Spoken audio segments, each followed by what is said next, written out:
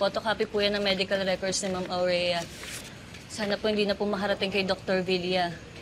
Bilang sekretary niya, ako lang po may access ng file sa clinic niya. Kaya siguradong ako lang po yung mapagbibintangan niya. Huwag kang matakot, my dear. Hindi kasi sabit dito. And as promised, malaki ang matatanggap mong reward for this. Here. It's more than enough. Alam mo, to be honest, Iha, pwede ka nga mag-resign dyan sa natangkap kong yan. Nauna na po ako. Sige, thank you.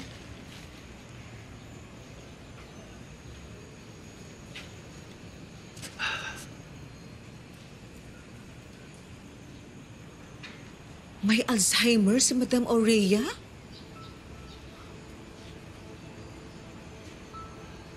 Ito pala ang pinaka-iingat-ingatang sekreto niya.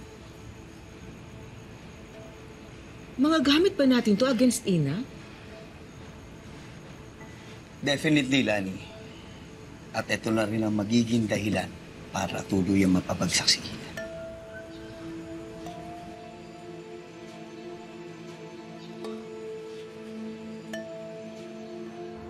Well, this proves that Madam Oria's a sound mind.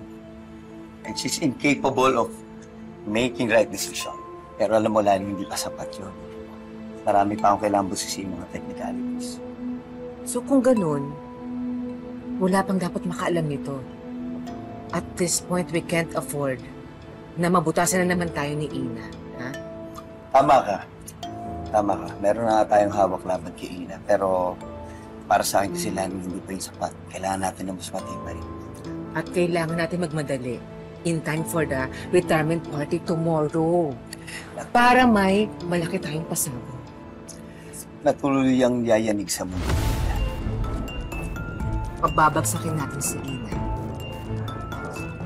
And this precious piece of information should put the final nail in the coffin.